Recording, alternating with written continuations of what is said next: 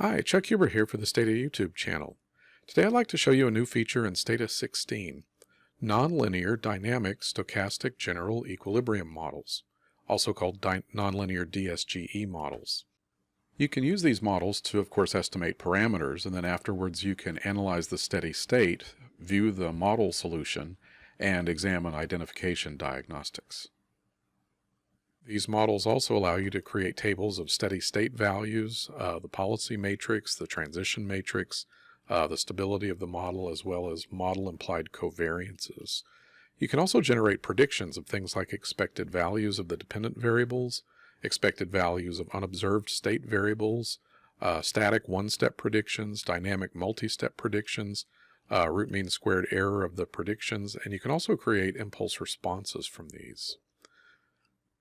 So let's take a look at an example. This is a simplified nonlinear new Keynesian model of inflation, and we would like to build a model for this using our nonlinear DSGE model.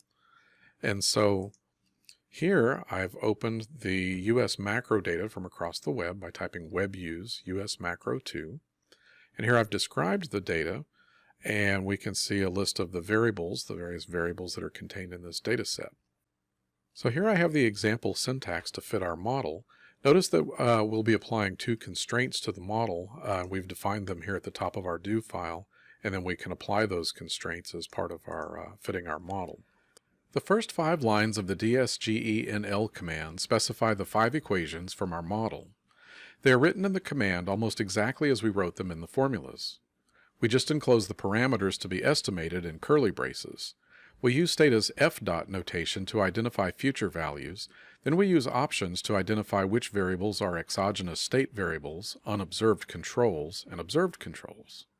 And then we can run this, and here we can see the coefficients for the parameters in our model. After estimating model parameters, we can estimate impulse response functions. An impulse response function traces out how the model variables react to a shock to the system. For example, this graph displays the response over time to a monetary shock in the model we just estimated. So this is just a brief introduction to nonlinear DSGE models in Stata 16. If you'd like to learn more, you can visit our website. I hope this was helpful. Thanks for stopping by.